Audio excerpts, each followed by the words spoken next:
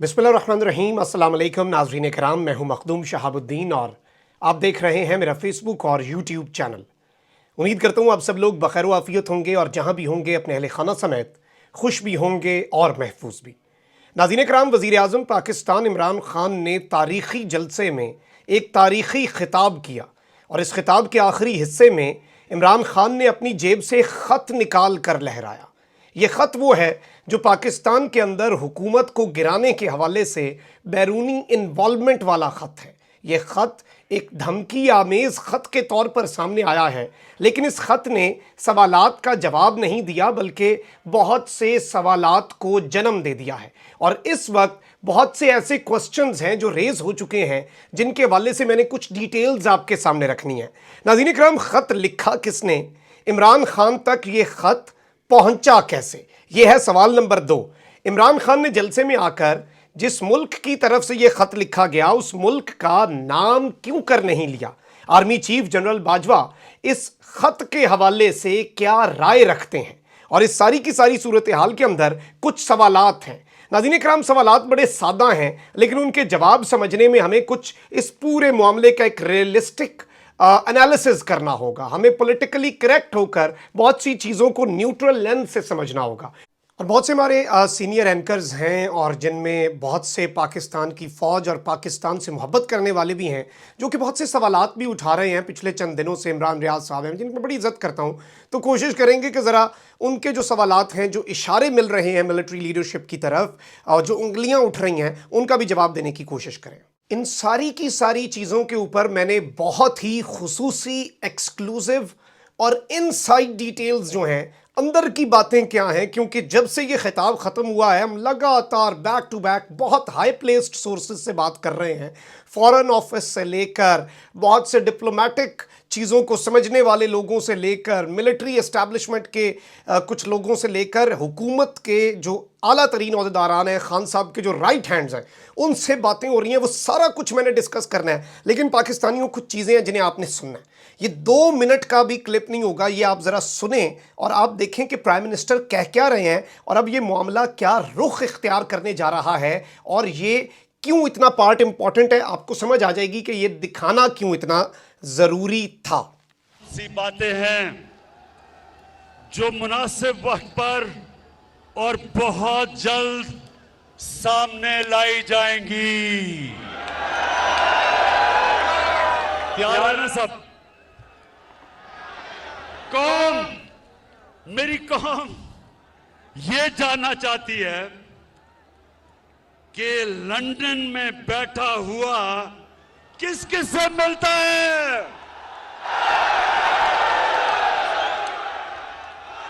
फिर से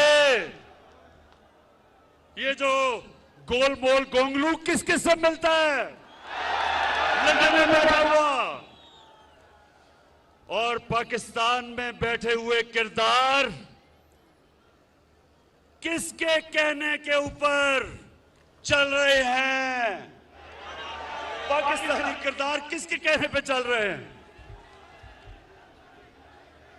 आपको अंदाजा है किसके कहने पे चल रहे हैं? बताओ।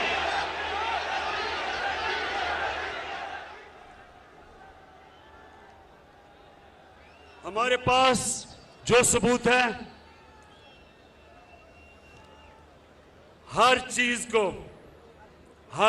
को मैं जाहिर कर रहा हूं। जो हमारे पास सबूत है, मैं ये इसलिए आपके सामने बातें कर रहा हूं, इससे ज्यादा मैं तफसील में इसलिए बात नहीं कर रहा क्योंकि मेरी सबसे बड़ी कोशिश होती है कि मेरे मुल्क के मफादात की हिफाजत की जाए। मैं कोई ऐसी बात ना कर दूं कि मेरे मुल्क को नुकसान पहुंचे।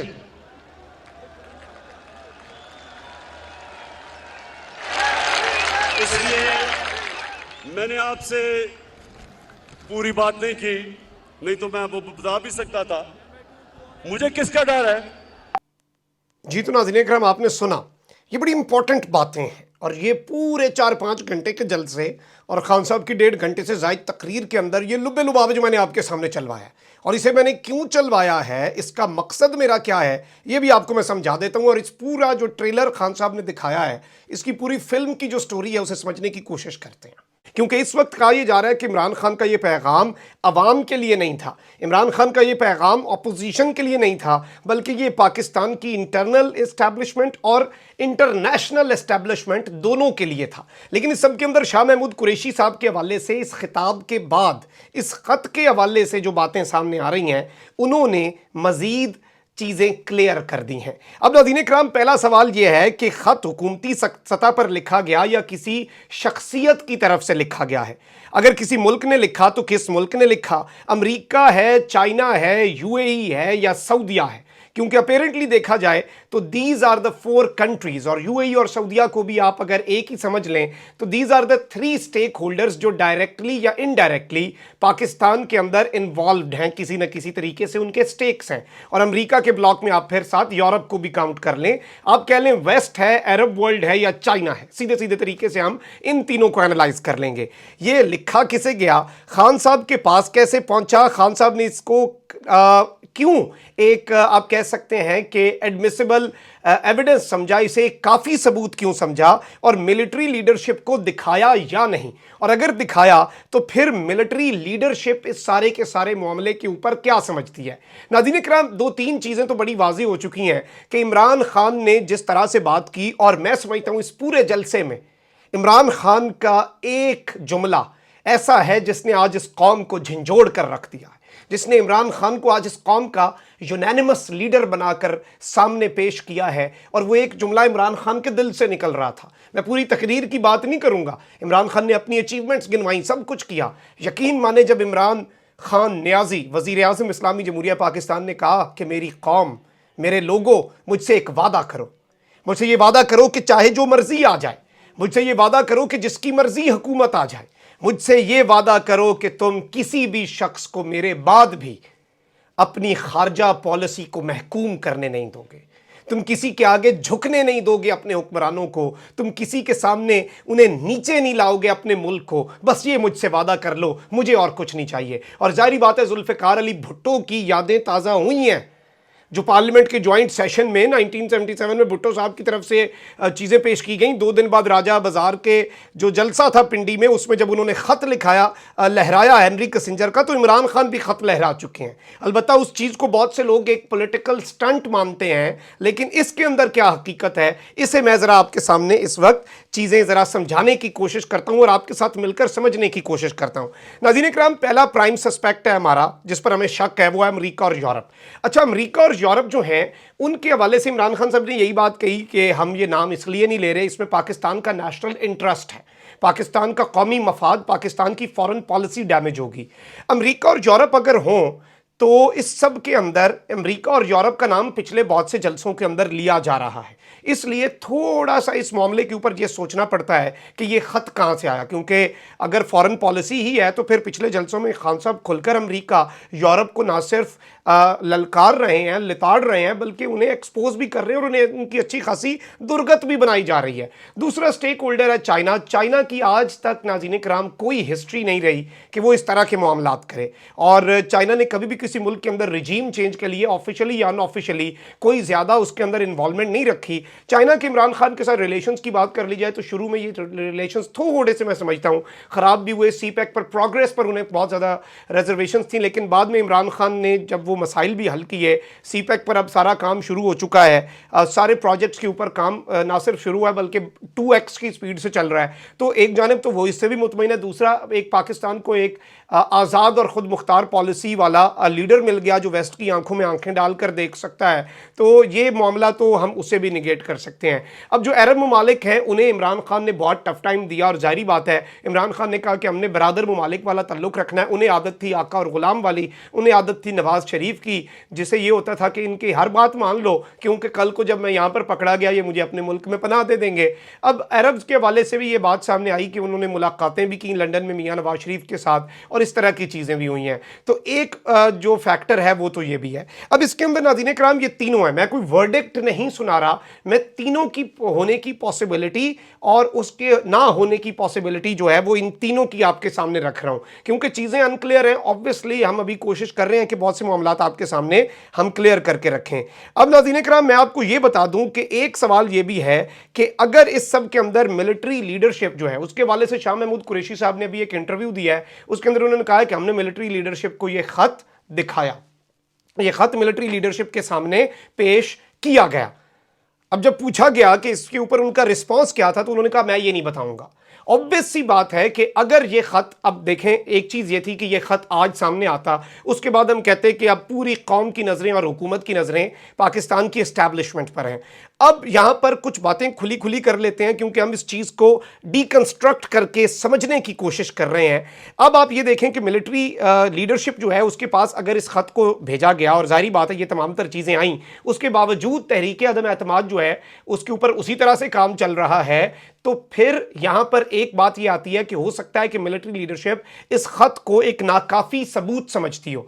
अब दो चीजें, एक बात बड़ी जस्टिफाइड है कि ये खत जो है ये डायरेक्टली किसी हुकूमत को किसी हुकूमत की तरफ से लिखा जाना ऐसा नहीं होता। कौन सी हुकूमत किसी दूसरी हुकूमत को धमकी देती है? वो पूरी अपने, आज तक अमेरिका ने पूरी दुनिया में रजीम चेंजेस कराए, वो मानते ही नहीं है, वो कहते हैं हमने तो ऐसी बात ही कभी नहीं की। तो आप इधर से अंदाजा लगा सकते हैं। अब ये हो सकता है कि ये किसी एम्बेसी को या आगे कहीं जाने वाला खत हो, डायरेक्शंस वाला खत हो, और इस खत को किसी तरीके से हुकूमत तक पहुंचा दिया गया हो, इसकी कॉपी को। This is a very realistic approach. अब अगर ये चीज़ जो है ये मिलिट्री लीडरशिप तक इसकी कॉपी पहुंचाई गई और इस सब के अंदर अगर तो वो इस सबूत को मैं समझता हूँ नाकाफ़ी समझते हैं, फिर उन्होंने इस पर इकदाम नहीं किए। फिर दूसरा ऑप्शन ये है कि अगर उन्हें लगता है कि ये सबूत ठीक है और इसके बावजूद ये सब हो रहा है, तो क्या वो इसकी खामोश हिमायत कर रहे हैं?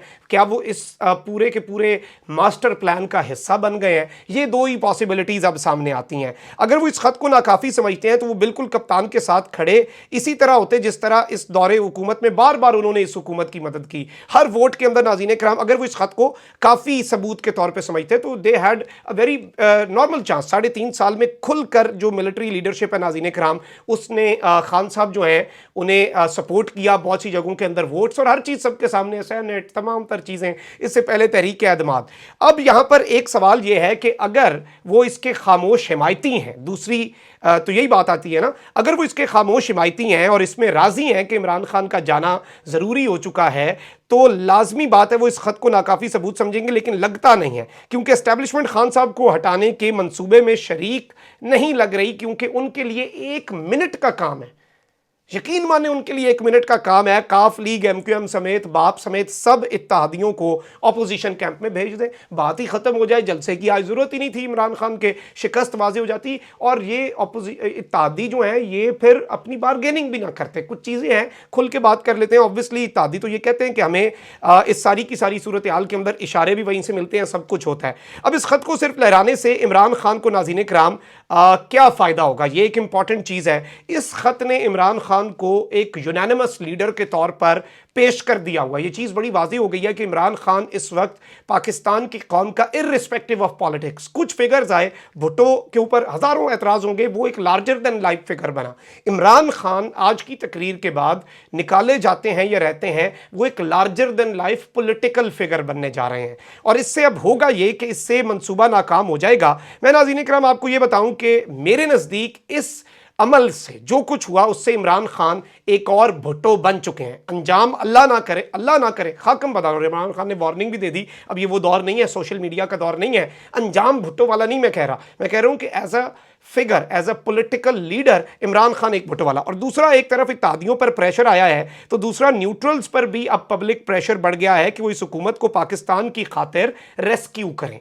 और वो अब इस सबूत को भी एक काफ़ी सबूत के तौर पर समझें। और अगर this matter is so serious that the prime minister of a country can stand in front of millions of people, और उसे करोड़ों लोग सुन रहे हो, भारत के चैनल लाइव चला रहे हो, करोड़ों वहां पे सुन रहे हो, पूरी दुनिया का मीडिया इसे ट्रांसलेट कर रहा हो, तो वो वहां से खत निकाल के क्यों रखेगा? उसे मुल्क के मफाद अजीज नहीं है। और इमरान खान से आप ये एक्सपेक्ट नहीं कर सकते कि उन्हें रियासत पाकिस्तान का मफाद अजीज नहीं है। अब इस सब के अंदर नाज़रीन इकराम प्रेशर जो है वो बढ़ चुका है। तो इस खत लहराए जाने का नतीजा क्या निकलेगा, उसका जवाब सिर्फ और सिर्फ काफ लीग, MQM और दीगर इत्तेहादी दे सकते हैं कि उनका ज़मीर और कौमी गैरत कहां पर खड़ी है।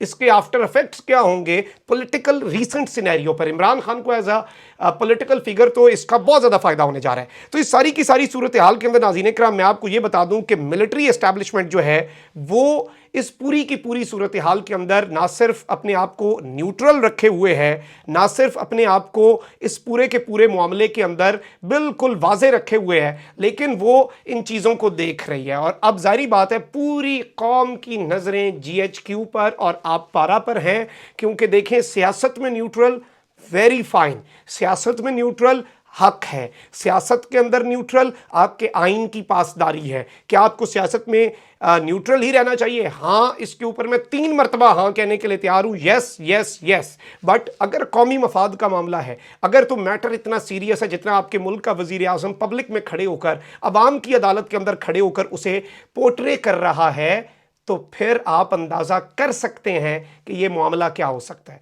यह सूरत हाल क्या हो सकती है और यह सिचुएशन क्या हो सकती है। तो obviously now they have to intervene, this can turn the tables. As Imran Khan sahab ने कहा कि अब मेरे मुनहरिफ रुकन नहीं वापस आएंगे, अब इवन मैं तो किसी को अप्रोच नहीं करूंगा, मैं तो कोई डील नहीं करूंगा, मैं तो कोई पैसा अपनों पे नहीं लगा रहा। अब देखना कि नून लीग और पीपल्स पार्टी के भी अगर किसी में रत्ती बराबर गैरत है तो वो भी इस तहरीक एतमाद में वोट नहीं करेगा मेरे खिलाफ, वो इसमें एब्सेंट रह जाएगा। तो ये एक बहुत बड़ा पॉलिटिकल मूव भी है और आने वाले वक्त के अंदर, आने वाले घंटों के अंदर इसकी आप इंपॉर्टेंस देखेंगे, क्योंकि अगर इस पूरी की पूरी सूरत हाल को हम ऑब्जर्व करें, अगर हम इस पूरे सिनेरियो को समझें, तो ये नाज़रीन इकराम बड़ा वाजे हो चुका है। And obviously for very obvious reasons आप देखें कि ये सब रुके हुए थे, सब कुछ रुक गया, मौलाना रुक गए, नून लीग उधर घुमन घेरियों में ही फंसी रही, वो राउंड ही लगाते रहे कि आगे निकलना है पीछे जाना है, खान करता क्या है, और खान ने वो कर दिया जो ये एक्सपेक्ट नहीं कर रहे थे। खान ये समझ रहे थे खान कोई बहुत ही एक खुदकुश सा हमला कर देगा अपनी सियासत पर, सबकी सियासत पर, जिसका इन्हें फायदा हो जाए,